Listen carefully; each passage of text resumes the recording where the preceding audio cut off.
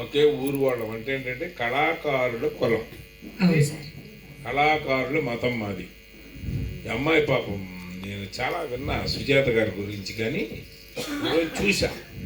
అది మంచి గాత్రం, గాత్ర శుద్ధి అనేది సంగీతంలో చాలా ముఖ్యమైనది. బాబు సౌండ్ వచ్చింది.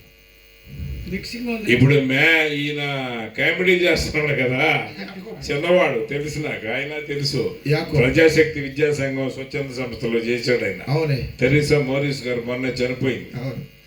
మరి ఈ రోజు విన్నాను, మంచి గాత్రం అది. ఈమె జిల్లా పరిషత్ హై స్కూల్ ప్రోగ్రామ్స్ లో కూడా చాలా ప్రోగ్రామ్స్ లో పాల్గొన్నాము. అయితే ఈరోజు ఇప్పుడు ఇంత చక్కని కథ మనకి వినిపించారు. ఇదే నాటకాన్ని మా నాన్నగారు మొట్టమొదటగా ఆయన కలం రాసినటువంటి నాటకం పేరు రక్తపాశం. ఏంటి? రక్తపాశం. పశ్చాత్తాపం అని పెడదామా, మరి మారు మనసు అని పెడదామని దాని మీద చాలా చర్చలు జరిగింది. ఆ చర్చలో నేనున్నా. అదే ఎప్పుడు 45 సంవత్సరాల క్రితం, 45 ఏళ్ల క్రితం డిస్కషన్ జరిగింది. వెనకపోతే 1980.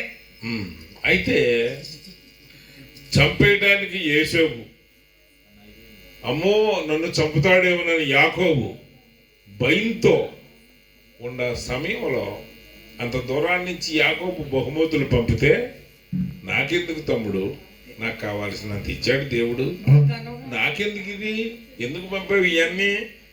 అన్నయ్య నీ దాసులు అన్నయ్యన్ని మొట్టమొదట సేవకులు, తర్వాత గొర్రెలు, తర్వాత బిడ్డలు, తర్వాత ఆయన నరుక్కుంటా వెళ్ళిపోతాడు అన్నయ్య. ఆనాడు కోపాన్ని మిగులుతానేమోనని.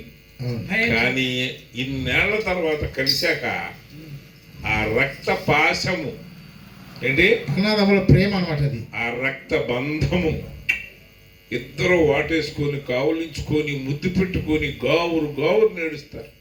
తమ్ముడు యాకోబు అంటే అన్నా వేసేవారు. నాకెందుకురా పిచ్చోడా, చాలా మంది జనం ఉంటారు, నన్ను దీవించాడు నిన్ను దీవించాడు కాబట్టి మనం ఒక చోట బ్రతకడం కుదరదు, నువ్వు అటు నేను ఇటు వెళ్దామని మా నాన్నగారు మొట్టమొదటగా రాసినటువంటి నాటకం ఫైనల్గా మేము ఫిక్స్ చేసిన పేరు రక్తపాశము. 2 రాష్ట్రాలు ఉన్నప్పుడు పౌరాణిక పద్య నాటకాల పోటీల్లో దాసర్ నారాయణ, జయసుధ, కొలకలూరు యునాక్ గారు జడ్జెస్గా ప్రెస్టేజియస్ రవీంద్ర భారతిలో ఆడిన నాటకం అది.